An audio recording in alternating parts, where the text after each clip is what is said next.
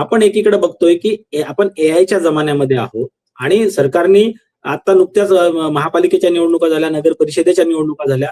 सकाळपासून रात्रीपर्यंत त्यांच्या वेगवेगळ्या राजकीय पक्षांच्या उमेदवारांचे मेसेजेस यायचे. मात्र जर इतकी मोठी घटना मुंबई पुणे एक्सप्रेस हायवेवरती होते, ट्रॅफिक जाम होते, 150-150 किलोमीटरच्या अंतरासाठी 12, 14, 16 तास लागतात. एक मेसेज कुठल्याही शासकीय यंत्रणेने पीडब्ल्यूडी असेल, मुंबई पुणे हायवेवरती जे एक्सप्रेस पोलीस आहेत, पोलिसिंग करणारे असोत किंवा IRB, ह्यापैकी कुणालाही वाटलं नाही की एक मेसेज करावा की असं असं तांत्रिक अडचण आलेली आहे आणि काय होऊ शकतं आणि पर्यायी मार्ग काय आहेत किंवा हेल्पलाईन ओपन करता आल्या असत्या. आणि हे शक्य होतं. आणि हे शक्य होतं. आणि मी तुम्हाला एक गोष्ट सांगतो की टोल क्रॉस केल्यानंतर तुम्हाला 2-3 मेसेज येतात. एक तर भीम ऍप मधून मेसेज येतो, ज्या अकाउंट मधून तुमचे पैसे कट झाले त्याच्यात, नाही तर बँकेतनं मेसेज येतो. म्हणजे 2-3 मेसेज तर एखादा टोल क्रॉस केल्यानंतर तुम्हाला येतो. तुमच्याकडे सगळ्यांचे नंबर्स आहेत, व्हेकल नंबर्स आहेत. टोल क्रॉस केला, व्हेकल नंबर्स लिंक्ड आहेत तुमचे SMS ला, कारण चालन कट झालं की तुम्हाला त्याचा फोटो येतो. हे तुमचं सगळे लिंक आहे, तुमची सिस्टीम इंटरलिंक्ड आहे. तुम्हाला कुठलाही मेसेज 5 मिनिटात लोकांना देता येऊ शकतो. IRB कंपनीला इथे टोल लुटायचा होता आजच्या घडीला. जो 5-1 कोटीचा टोल गोळा होतो ना दर दिवसाचा, त्यांना टोल लुटायचा होता. कारण आम्ही त्यांना वारंवार सांगतो की तुम्ही टोलच्या आधी लोकांना युटर्न मारायला द्या किंवा टोल बंद करायला लोकांना युटर्न करायला लावा. तर ते टोल वसूल करून युटर्न मारायला देत होते. याचा अर्थ त्यांना टोल लुटायचा होता. आणि IRB कंपनीवर माझा हा स्पष्ट आरोप आहे की लुटारू कंपनी आहे. या कंपनीला लोकांशी काही देणं घेणं नाही. यांच्या एका वरिष्ठ अधिकाऱ्याचं एक स्टेटमेंट नाही. मी त्यांच्या काही वरिष्ठ लोकांशी मी बोलण्याचा प्रयत्न केला. त्यांनी अनऑफिशियल सांगितलं की आम्ही टोल बंद करू. मला माहित नाही टोल बंद झालेला आहे का. मला नंतरच्या ज्या काही घटना लोकांकडनं येतात तो टोल चालूच होता. या लोकांना लुटायचं आहे. हे असंवेदनशील लोक आहेत, इनह्युमन आहेत, राक्षसी प्रवृत्तीची लोक आहेत. यांना काही फरक पडत नाही लोकांशी, त्यांना पैशाशी देणं घेणं आहे. त्यामुळे यांचा पैसा, यांचे हप्ते, यांचे जे लागेबांधे आहेत, त्यांचे पॉलिटिकल कनेक्शन्स आहेत, यांच्यासाठी चालवलेलं हे नेक्सस आहे. हा टोल नाही आहे, हा नेक्सस आहे. लोकांच्या जीवाशी खेळणारं एक सिस्टीम आहे. या सिस्टीमला लोकांशी काही देणं घेणं नाही. इथे ज्या महिला होत्या, तुम्ही टोल मॅनेज करता, फूड मॉल मॅनेज करता. फूड मॉल मधल्या लोकांचं हे सामाजिक उत्तरदायित्व नव्हतं का की पाणी पोहोचवावं, जेवण पोहोचवावं, खाणं पोहोचवावं. विका ना तुम्ही. लोक काही फुकट मागत नव्हते. लोक म्हणत होते की आम्हाला तुम्ही पाणी पोहोचेल अशी व्यवस्था करून द्या. पैसे देऊनच विकत घेतात ना लोक काही फुकट घेत नाही तुमच्याकडनं. आजपर्यंत काही लोकांनी काही फुकट नाही मागितलेलं आणि फुकट दिलं तरी ते तुमचं कर्तव्य आहे. एवढ्या टोलवर तुम्ही हजारो लाखो लोकांना तुम्ही रस्त्यावर जर आणून ठेवलेलं आहे, तर तुम्ही त्यांना साध्या ह्या गोष्टी देणं, टेम्पररी टॉयलेट्स आणून रस्त्यावर उभे करणं, या सगळ्या गोष्टी तुम्ही करणं भाग आहे. यासाठी काय तुम्हाला आणखीन दैवी शक्तीची आवश्यकता नाही आहे. हे सगळं तुमच्या कामाचा भाग आहे.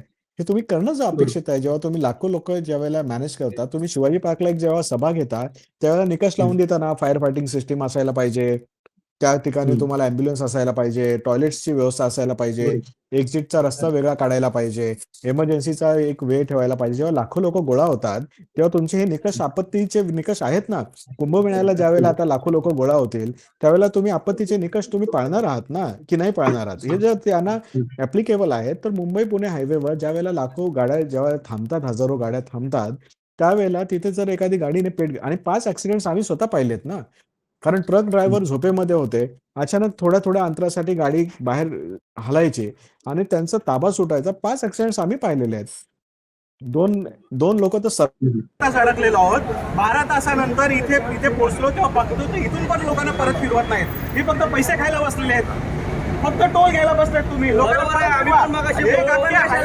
थांबवा ना, लोकांना तरी रिटर्न पाठवा ना. आम्हाला काय उत्तर दिलं माहितीये का दादा यांनी, की तुम्ही वरती जाऊन आमच्या कंप्लेंट करा. अरे वरती कुठे तुम्ही पोहोचू शकत नाही. 1 किलोमीटर लांब जाऊन दाखवा तुम्ही गाडी घेऊन. वर यांचा एकही माणूस नाहीये. लोक आहेत, बाकी यांची कोणी माणसं नाहीये. करून देऊ इच्छितो की मॅक्स महाराष्ट्राचे मुख्य संपादक रवींद्र आंबेकर सर हे पुण्याहून मुंबईला येत असताना हा सगळा प्रकार घडलेला आहे. 12 ते 14 तासाची एक दुर्दैवी विक्रम किंवा लाजीरवाना विक्रम महाराष्ट्र सरकार असेल, IRB असेल, यांच्या नावावर झालेला आहे. ज्या मुंबई पुणे एक्सप्रेस हायवे जेव्हा तयार झाला त्यावेळेस त्याचा खूप गवगवा झाला. म्हणजे श्रेय घ्यायला सगळे येतात, मात्र जेव्हा असं डिझास्टर होतं, इथं मान खाली घालायची वेळ येते, तिथं मनाचा मोठेपणा दाखवत ना कुठला अधिकारी पुढे येतोय, ना संबंधित खात्याचे मंत्री पुढे येतात, ना मुख्यमंत्री तर म्हणतात की आम्ही AI चं धोरण स्वीकारतोय, महाराष्ट्र आता थांबणार नाही, महाराष्ट्र आता वेगानं प्रगती करणार. मात्र ही जी दृश्य आपण मॅक्स महाराष्ट्राच्या स्क्रीनवर बघतोय, मला वाटतं की राज्यकर्त्यांनी विचार करायला पाहिजे आणि सगळ्यात महत्वाचं म्हणजे जे सर्वसामान्य लोक, जे मतदार, जे प्रवासी, जे वाहन चालक सरकारला निवडून देत असतात किंवा लोकप्रतिनिधींना निवडून देत असतात, की निवडून देणं फक्त तुमचं काम नाहीये, तर त्यांना जाब विचारायला शिकलं पाहिजे. पूर्वी जे जाब विचारले जायचे, ती जाब विचारण्याची प्रवृत्ती मला वाटतं कुठं ना कुठं आता कमी होते, ज्याचा उल्लेख रवी सरांनी केला. रवी सर, मी आता या चर्चेच्या शेवटी येतो. मला सांगा की लोक आता 14 तासाचा 16 तासांपर्यंतचा संयम बाळगू शकतात. हे चित्र या लोकशाहीला फारसं पोषक आहे असं मला वाटत नाही. एकीकडे आपण बघितलं असेल की नॉर्थ ईस्ट मध्ये ज्या पद्धतीने लोकांचा उद्रेक झालेला आहे किंवा राज्याच्या अनेक ठिकाणी लोकांचा उद्रेक झालेला आहे, भविष्यामध्ये शनिवार रविवार आपण जसं बघायचो की शनिवार रविवार म्हटलं की विकेंडला लोक मुंबई पुण्याला जात नव्हते किंवा अजूनही प्रमाण कमी आहे ट्रॅफिक जाममुळे. मात्र आता ऐन वर्किंग म्हणजे कामाच्या दिवसांमध्येच रात्रीपासून सकाळपर्यंत 16 तासांचं ट्रॅफिक जाम हे कशाचं द्योतक आहे आणि लोकांची प्रतिकार करण्याची क्षमता किंवा जाब विचारण्याची शक्ती जी कमी होते, त्यातनं पुढे भविष्यात लोकांचा उद्रेक होऊ शकतो की हे आहे असंच मागच्या पानावरून पुढे जाणार आहे. एकूण आपल्याला या सगळ्या सिस्टीम बाबत नव्याने विचार करण्याची गरज आहे. आपण जे high speed highways, high speed infrastructure याचे जे निर्माण करतो आणि पब्लिक ट्रान्सपोर्टच्या बाबतीमध्ये आपण उदासीन आहोत.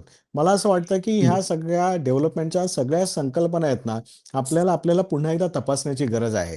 जे सगळं चकाचक दिसतं ते सगळं सोनं नसतं. ह्या गोष्टींच्या बाबतीमध्ये सामान्य लोकांनी सुद्धा विचार केला पाहिजे की आपल्याला एखादा 20,000 कोटी आणि 50,000 कोटीचा हायवे खरोखर पाहिजे का? की आपल्याला काही बेसिक अमेनिटीज पाहिजेत, आपल्याला पब्लिक ट्रान्सपोर्ट चांगलं पाहिजे, आपल्याला क्लीन हायवेज पाहिजेत, आपल्याला स्वच्छतागृहांची सुरक्षित साधन सामुग्री पाहिजे. या सगळ्या गोष्टींचं मला असं वाटतं की विचार करण्याची ही वेळ आहे. आणि दुसरं असं आहे की एवढं गृहीत धरलेलं आहे की भारतीय नागरिकांना की त्यांना असं काही तुकडे टाकले की गुलाम करता येतं, अशा पद्धतीची भावना राजकीय पक्षांची झालेली आहे. मुंबई पुणे सारख्या हायवे नंतर आपल्याला हे उदाहरण मिळालेलं आहे. मी समृद्धी हायवेचं पण एक उदाहरण तुम्हाला सांगतो आनंदजी. मी या हायवेवर प्रवास केलेला आहे. ह्या हायवेवर मुंबई पासून प्रवास करत असताना तुम्हाला 2दा टँक फुल करावा लागतो आणि इनोव्हा कार असेल तर तुम्हाला 2दा करावंच लागतो. म्हणजे 2.5 वेळा साधारणतः करावं लागतं, साधारणतः अशी स्थिती आहे. मग ह्या स्थितीमध्ये तुम्हाला पेट्रोल पंप्स किती ठिकाणी पाहिजेत? ज्या वेळेला तुम्ही हायवे चढताना एकदा पेट्रोल फुल करता आणि त्याच्यानंतर 2 ठिकाणी यांचे पेट्रोल पंप बंद होते. कारण त्यांना पेट्रोल पंपांना मान्यता नव्हती आणि डेली लायसन्सवर हे पेट्रोल पंप चालवायचे, डेली कोटा. जर समृद्धी हायवे सारख्या हायवेवर तुम्ही डेली कोटावर पेट्रोल पंप चालवता, जिथे तुमच्याकडे इंधन नाही. एका ठिकाणी पेट्रोल पंपाचा त्याने बोर्ड लावला होता आणि तिथे पेट्रोल पंपच अस्तित्वात नव्हता. आणि त्यावेळेला ज्यावेळेला ह्या गोष्टीचं मी ट्विट केलं की अशा पद्धतीचा पेट्रोल पंपच अस्तित्वात नव्हता. आमच्या गाडीमध्ये लो फ्युएल होतं आणि आम्हाला त्यावेळेला रस्त्याच्या बाजूला उभे असलेल्या एका ट्रककडून आम्हाला डिझेल घ्यावं लागलं आणि पुढे प्रवास करावा लागला. मला सांगा की यावेळेला ज्यावेळेला ट्विट केलं, त्यांची अख्खी ट्रोल गँग तुटून पडली की 50चं टाकू नका, तुम्हाला 50चं टाकून चालायची सवय असेल. म्हणजे ही असंवेदनशीलता आहे. एखाद्या सरकारी यंत्रणेने पाळलेल्या ट्रोल्सने तुमची समस्या निर्माण झाली याला फीडबॅक म्हणून न घेता त्यांच्यावर हल्ला करायचा, त्याला लोकांना डिस्करेज करायचं की तक्रारी करण्यापासून किंवा फीडबॅक देण्यापासून. आणि मग असे जेव्हा मोठे ऍक्सिडेंट्स घडतात, तुम्हाला सगळ्या लेनमधून ज्यावेळेला तुमच्या हेवी व्हेकल्स चालतात, सगळ्या लेनमधून तुमच्या छोट्या गाड्या चालतात, वाहतुकीचं अख्खं तुमचं म्हणूया की निकष कोलॅप्स झाले जे हायवेवर वर्षानुवर्ष. याच्याबद्दल सातत्याने काही सजग लोक तुम्हाला सातत्याने सचेत करतायत की या हायवेवर मोठ्या दुर्घटना घडू शकतात, कारण सगळ्या लेनमध्ये मोठ्या व्हेकल्स, सगळ्या लेनमध्ये छोट्या व्हेकल्स ओव्हरटेकिंग करत असतात. या हायवेला शिस्त नाही. अशा परिस्थितीचं बेशिस्त वाहतूक यंत्रणा आपल्या देशामध्ये जर तयार होत असेल, त्याला तुम्ही प्रवाशांना वाहन चालकांना ट्रेनिंग देत नसाल, मोठे इन्फ्रा घडवत असताना लोकांना त्या पद्धतीची माहिती नसेल, हायवेज कसे मेंटेन करायचे. मला असं वाटतं की कंप्लीट आपण कोलॅप्सकडे चाललेलो आहोत. म्हणजे जितक्या स्पीडने जाऊ त्याच्यानंतर कोलॅप्सच व्हायचं आहे. सो मला वाटतं की हे जे इन्फ्रास्ट्रक्चर डेव्हलपमेंटसाठीच्या ज्या काही सध्याच्या ज्या कल्पना आपल्यामध्ये रुजवल्या जात आहेत, त्या पद्धतीने त्याच्या बाबतीतला अवेअरनेस नाही आपल्यामध्ये. आपलं सोशल सिव्हिक सेन्स पण त्या पद्धतीने डेव्हलप झालेलं नाही. तर हा एक खूप क्रिटिकल सिच्युएशनमध्ये आपण आलेलो आहोत. मला फार तात्विक चर्चा करायची नाही आज. मला असं वाटतं की उत्तरदायित्वाची भावना सुद्धा या यंत्रणांमध्ये नाही. ज्यावेळेला तुमच्या हायवेवर तुम्ही टोल घेतलेला आहे, मी ग्राहक आहे टोल घेतलेला आहे तर, आणि मला जर 2 तुमच्या पेट्रोल पंपावर डिझेल मिळत नाही, तर तुम्हाला एक ग्राहक म्हणून मला ट्रीट नाही करता येत आहे. मला एक इंडिव्हिज्युअल एंटिटी म्हणून माझ्यावर अटॅक करायचा आहे तुम्हाला. मग तुम्ही इतके असंवेदनशील आणि इतके गिधाडासारखे आहात, की तुम्ही संकटात सापडलेल्या व्यक्तीला तुम्ही पहिल्यांदा त्याला डिमोरलाइज कराल, त्याच्यावर हल्ला कराल, की त्याने तक्रार केलेली आहे आणि इतर लोकं चालतात, मग तुमचाच काय प्रॉब्लेम आहे? असे त्यांना प्रश्न विचारायचे असतात. मला वाटतं, की आपण एक खूप विचित्र समाज निर्मितीकडे गेलेलो आहोत आणि त्याचं एक उदाहरण आहे, की एवढ्या मोठ्या क्रायसिस नंतर एक राजकीय पक्ष तिथे पाणी विचारायला आला नाही. हां, राजकीय पक्ष हे लोकांमधून येतात ना. निवडणुका चालू आहे झेडपीच्या आणि तो सगळा पट्टा हा ग्रामीण भागाचाच पट्टा आहे. तिथे एका राजकीय पक्षाला तिथे पाणी पोहोचवावं वाटलं नाही. ही असंवेदनशीलता आहे आणि हे इन्फ्रास्ट्रक्चरच्या डेव्हलपमेंटच्या कॉन्सेप्टमधून मला असं वाटतं, की जेव्हा आपण याच्यातनं हे खरं चित्र आपण बघूत या भारताचं, नव्या भारताचं, तर मला वाटतं आपल्याला धक्केच बसतील. याच्यासारखे असंख्य धक्के आहे. कारण यांनी आपल्याला गुरं मानलेलं आहे, कॅटल क्लास मानलेला आहे. याने आपल्याला नागरिक मानलेला नाही.